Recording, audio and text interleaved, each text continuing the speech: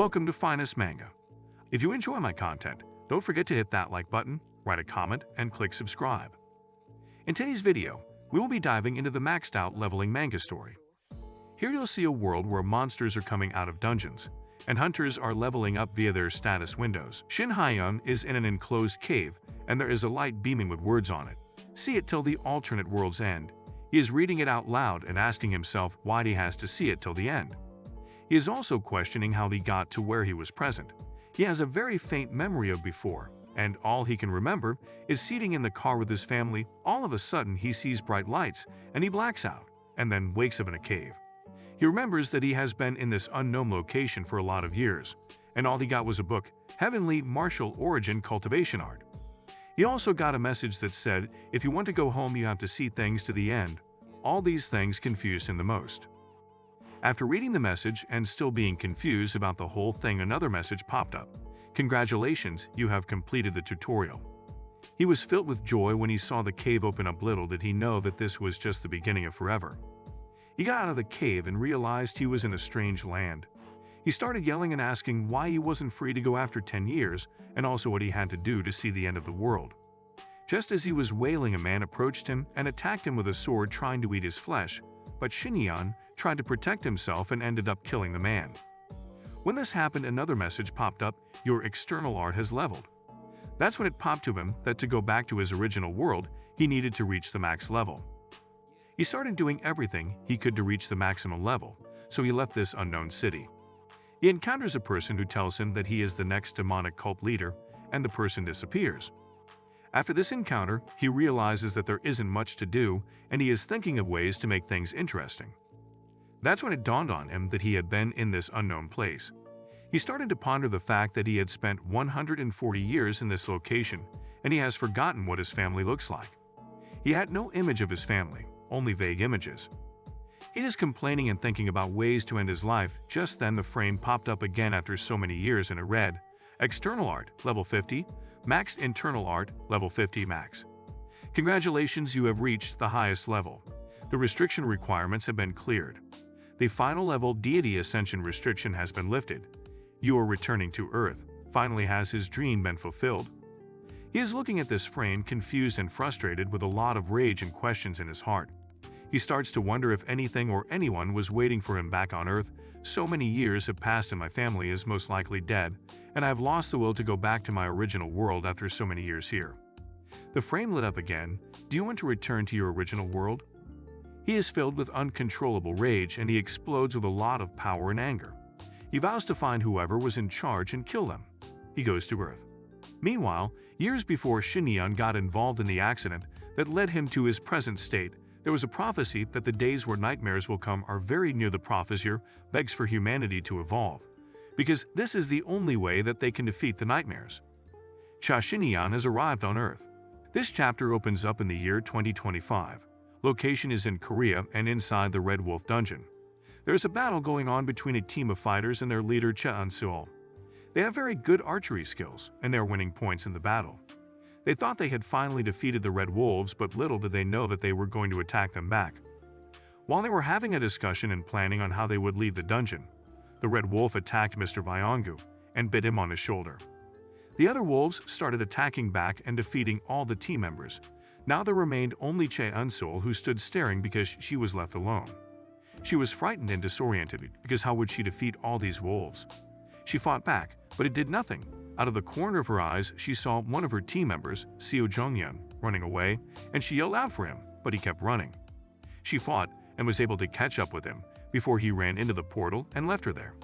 She confronted him and she hit.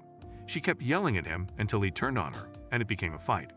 She kept trying to reason with him, but because he was selfish, he didn't listen to anything she had to say to her. She made mention of how he didn't care because he had a father that always sorted out his mess. This got him all riled up, and he started hitting her and attacking her with his powers. She couldn't fight back because she had used up most of her energy trying to survive the red wolves that attacked her. Cheon-seol was so focused entirely on achievements, and she didn't know that she had become a disturbance to a lot of people, including her team member Seo Jonghyun. Seo Jonghyun's fighting skills were called the Stone Crusher. He beat up Cheon-seol till she couldn't get up anymore. With that, the dungeon raid ended in failure, and the whole team was annihilated. Seo Jong-yeon was about to finish Chae Eun-sol off when he saw a very bright light appear and someone came out of the light. The person who came out of the light was chanting something, and this confused him even more. Seo Jong-yeon started shouting angrily at the man in the light because he kept saying he was going to kill someone. The man from the light ignored all the advances he made toward him to find out who he was. The man in the light went straight to where Chae Eun-sol was lying, and he went to her to check if she was alive. Seo Jong-yeon was furious because this strange man had seen all he had done to Chae Eun-sol, and also he wasn't answering any of his questions. He thought to himself that he had to shut this stranger by killing him so that his secret is safe forever, knowing that if it was heard that he killed Chae Eun-sol, it won't be pleasant for him. He went directly to try to attack him from behind, but little did he know that this person had strong powers of their own. When he launched at him, he retaliated and defeated his power. This got Seo Jong-yeon thinking and asking questions about who was this person that had powers like this. The man from the light replied and said, "I am the Supreme Sword Emperor." Chae Shin-yeon, he knew that Seo Jong-yeon wouldn't know who he was with all the little information that he gave about himself, so he gave him more details. He said, "I am Chae Eun-sol's older brother." Flashback to how Chae Shin-yeon disappeared after the accident he and his family were involved in. Chae Eun-sol didn't want to leave the park that day because she was enjoying herself, but her family had to leave and go home. Her older brother was able to convince her to go home from the park, and while they were driving home, they were involved in a terrible accident that killed their parents immediately, and her brother disappeared. Chae Eun-sol was devastated, and she started blaming herself for the death and disappearance of her older brother. Now we are back to the reality where Chae Eun-sol is laying on the floor. Chae Shin-yeon is lying beside his sister. He is using his powers to try to revive her, but he didn't think it was going to be possible because her injuries were so deep. She suddenly came up alive, and she was confused as to who was lying beside her. Chae Shin-yeon made a statement that related to the last time that they saw each other before the accident happened.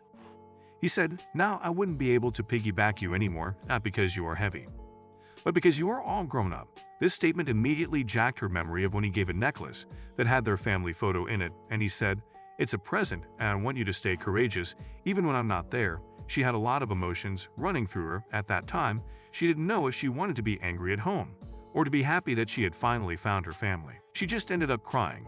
Then she ran into the arms of her long-lost brother. This was a very emotional moment for her.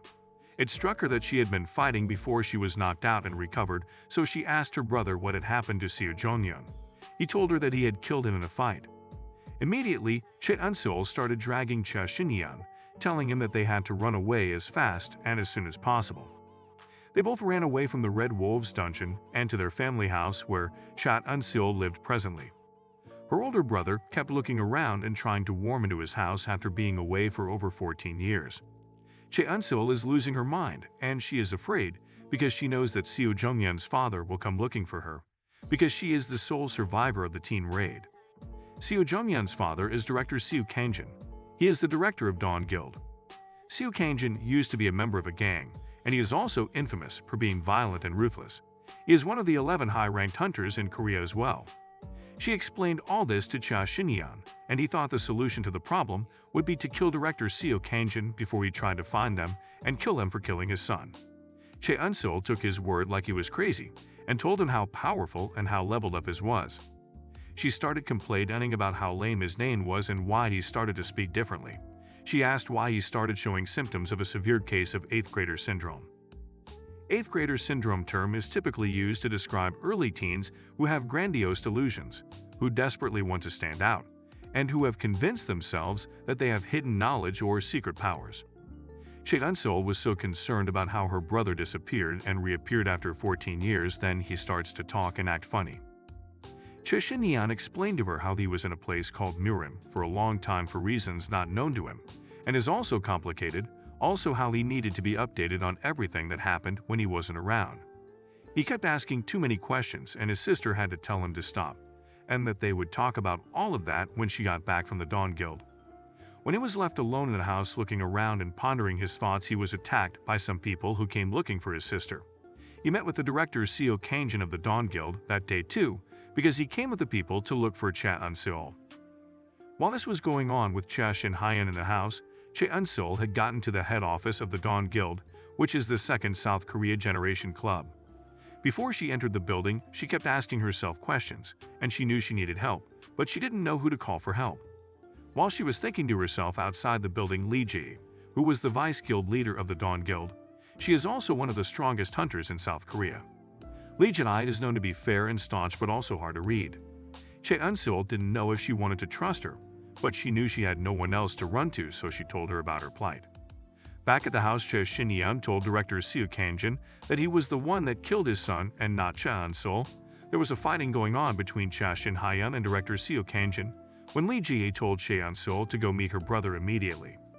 In the house, Chae Shin-yeon and director Seo Kang-jin were having a battle, and Chae Shin-yeon noticed that his opponent had a strange source of power, just like that of his son Seo Jong-hyun. He kept wondering, and he decided he was going to make a research on his source of power. The warrior's skill of director Seo Kang-jin was consecutive strike.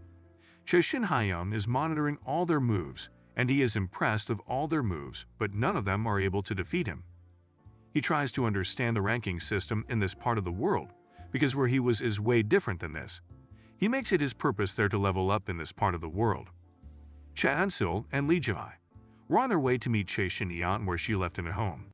But she is confused because she doesn't know why Lee Ji wants to meet with her brother all of a sudden, and she even made a promise to help her sort thing in the Dawn Guild. All these was new and confusing. On their way to the house, they are having conversations about who Chae Shin-yeon was and how he was. Chae Shin-yeon had defeated all the warriors who were fighting him, and they were looking for a way to scurry away, because they were scared of the kind of power he possessed. Director Seo Kang-jin was so upset that someone he had no knowledge about had so much power to scare him, so he tried to fight back with all he had, but he was struck down again by Chae Shin-yeon's mighty sword. After this happened, Chae Eun-sil and Lee Ji walked into the room and met him cleaning up blood from the floor, and Chae Eun-sil was surprised and questioned him. While he was answering her questions, he noticed Lee Ji standing behind Chae Eun-sil. Lee Ji moved closer to him, and he noticed that she had a very strange energy around her, and she told him that he thought he was the only one that had gone to Miram. It's already been a week since Chae Shin-yeon came back to Earth, and has been living with Chae Eun-sil, and it all still felt like it was a dream to her. Chae Shin-hyun had changed his look, and now he looks like a regular city man. The vice leader of the guild, Lee Ji, said he didn't leave anything behind at the scene. She only said, "Let's meet again," and she disappeared. Just after she left, people wearing black clothes appeared and handled the corpses of the board director Seo Kang-jin and his subordinates. The next day, a report came on the news about Seo Jong-hyun, along with the disappearance of Seo Kang-jin, soon after his abrupt retirement. This showed that Lee Ji had kept her promise. Chae Eun-sil was put on a long probation from the guild, being that she was the sole survivor of, and the one to take responsibility for the Red Wolf dungeon raid. Chae Eun-sil was very skeptical, because she still didn't know if to totally trust Lee Ji and her intentions. Chae Shin-yeon was summoned by her, and this made Chae Eun-sil baffled, and she kept wondering what the meeting was for. When Chae Shin-hyun got to where the vice leader of the guild was, he saw that she had a guard that looked strange and different from every other type. He was given a tea that he had only taken when he was in Miram. The name of the tea was Junshin Yinzhen. The tea was sold in Hanam. Junshin Yinzhen is a priced tea first conceived in China during the Tang dynasty, served to the royal family during the Qing dynasty. Lee Ji told him that there were 3 people who had been confirmed to have come out of the Miram: Chae Shin-yeon, herself, and the guild leader of less than Twilight greater than Park Tae-hoon. She explained to him that Twilight is a guild that, along with Dawn, split the influence of the Korean Hunters Association, and that there was a rift between the two with quite animosity. She also gave him the story of Park Tae-hoon, and all that 3 of them had in common. Chae Shin-yeon had questions about this era that had the dungeons and hunters in them. She gave him the story of how it all started when a divine revelation came from a goddess. Chae Shin-yeon questioned her about how she and Park Tae-hoon got to Earth. She told him they had to die, and that was when he realized that that was what "see it till the end" meant. He was furious, and he had intentions to go meet the goddess so she could give him answers since she knew it all, but he remembered that Lee Ji summoned him, and he asked her what it was.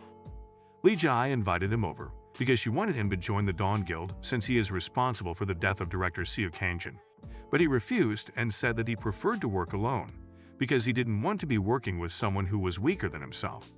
So in order for both of them to decide who was weaker than the other, they had a battle on the field.